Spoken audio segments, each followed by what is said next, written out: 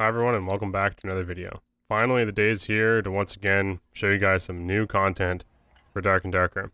Super pumped to be playing this game again, and also super pumped to be sharing with you a pretty nice success story in my first hour in Goblin Caves. So here's how I did it. Basically, find that perfect weapon and run dual wield. That is what I have always liked to use, and that is what I continue to use, and my stash, as you're seeing here, grows pretty quickly. This is just a quick look of the gear I've kind of acquired already. Basically all stemming from that green falchion, which was kind of a lucky find. I'll show you guys this, which led to, I think, 8 player kills over the course of my little journey. I started out in Howling Crypts, which maybe wasn't the best idea, but I did get kind of a nice feel for Dark and Darker again. This fight was a lot closer than I realized, and this certainly wasn't our last close call, as we get into some really interesting exchanges towards the end of this. Getting the ball rolling on an entire new playtest of Dark and Darker is always so fun. Everything's so valuable, and the players you're playing against aren't max gear. You're not running into purples and blues, and the loot is actually more difficult to get. So we clear some PvE, and then end up running into our first 1v1. Tagging this barbarian a few times in the hands means he likely still has quite a HP pool. Mine dropped quite quickly. Fumbling our use of Adrenaline Rush here, we don't take advantage of it at all. And then try to back him into this doorway so he can maybe smash that thing into the wooden frame rather than me. We do what we can to land a few little chops into this guy, just hoping he'll go down. This entry-level arming sword doesn't really hurt that much. Trying to make the most of sprint. I seriously expected that to be the end of it, but here we are. You know, going our separate ways, realizing that's probably for the better. After a while, I kind of ratted in this corner because I'm 1 HP, and ended up getting the jump on this rogue, which basically led to a really nice start. And yes, sometimes you do have to play pretty cautious. Making the most of this little escape route, we're out of there. A pretty decent little start to our journey. Getting the ball rolling on what is a pretty awesome first hour in Dark and Darker Early Access. And this is what started it, in a way.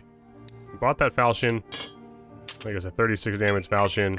I'm running dual wield for the attack speed and Adrenaline Rush. Basically, I'm making the most of that high damage, high swing speed weapon. It's not really a high swing speed weapon, it's only high because of Adrenaline Rush and dual wield. And then we get lucky. And the first goblin we kill in our next game, we actually get a green falchion from.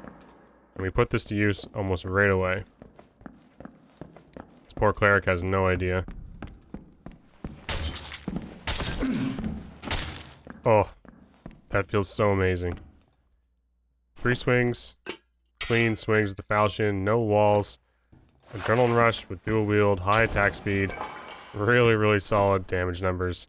And after looting this little treasure trove, we are once again walking around with a pretty full inventory. Clearing up some PvE and a few boxes of loot, we are once again off to meet the collector and trade 2 of our valuables. And actually, we didn't manage to do all that bad, considering that little blue bangle or whatever it's called is worth a fair bit. Making sure we pot up, put some of our stuff away that's valuable, that we can use later, we jump into another one. Same strategy, go in, fight people that have, you know, slightly weaker gear than you, and just can't keep up with your damage.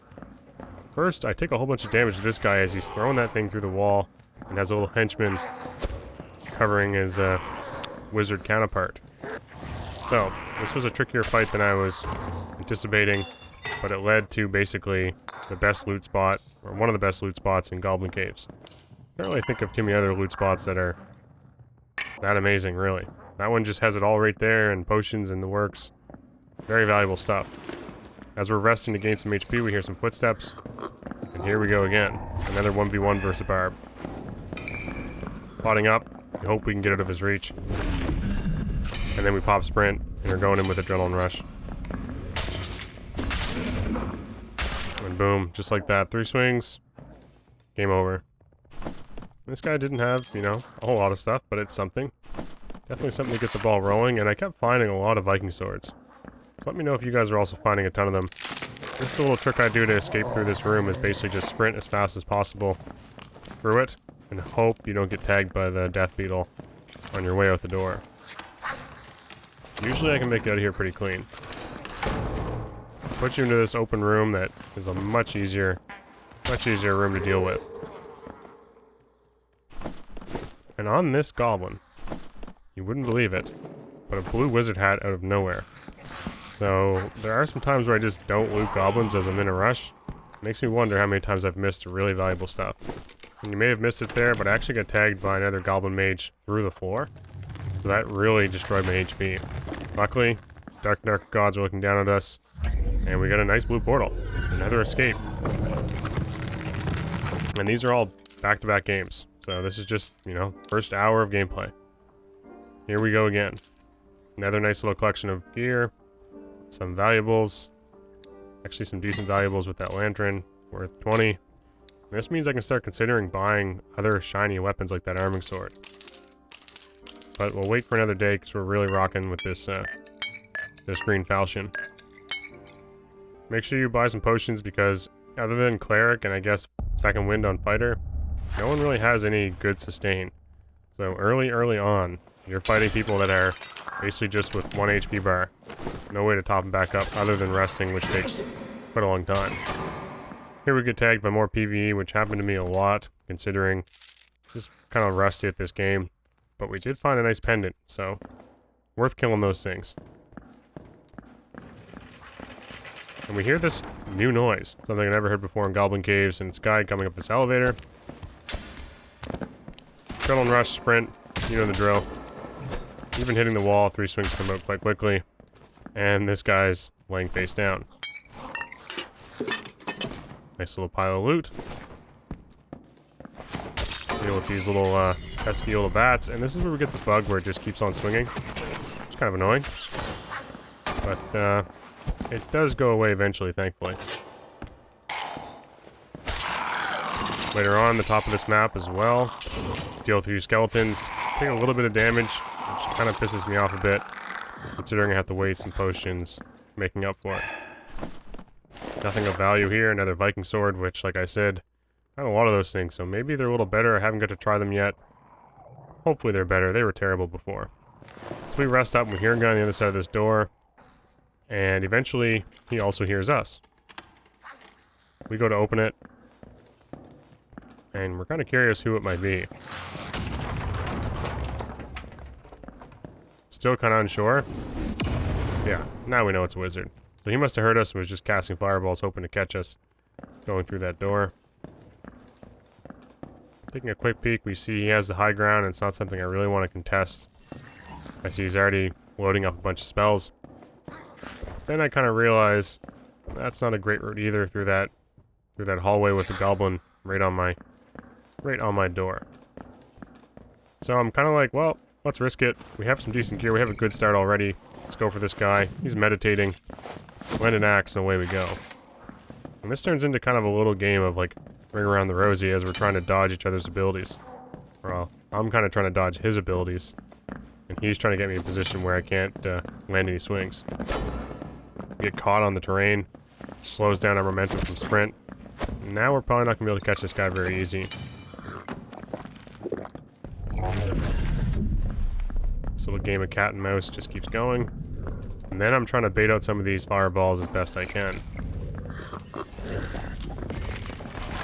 Don't see Ice Spike all that often.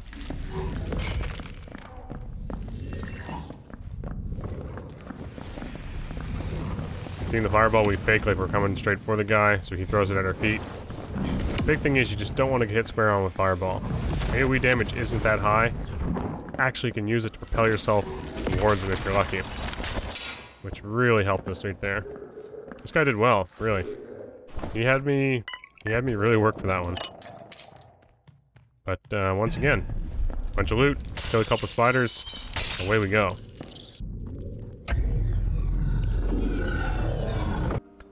Back home, we go back to the old treasure collector boy and sell away.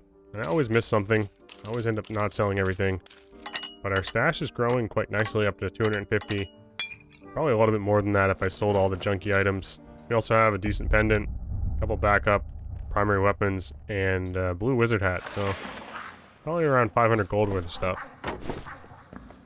Spawning into another game, we're kind of minding our own business, trying to make our way through these mobs without taking any damage like we had been before.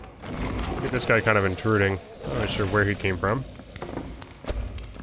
Ugly looking guy as well. Kind of launch him through the server into the wall, and away he goes. So, don't expect much off this guy, but we still have to deal with some of the stuff he dragged in. Yeah. Brand new fighter. Poor guy. We move through to this room again, basically doing the trick where we just run through, but this time the death beetle actually squeezes by, surprises me. Took a little bit of damage, we have to rest it up, and then head upstairs. Hearing a portal on the other side, I think, well geez, this is perfect. I got decent loot. Let's get out of here. But there's a couple people that have other ideas.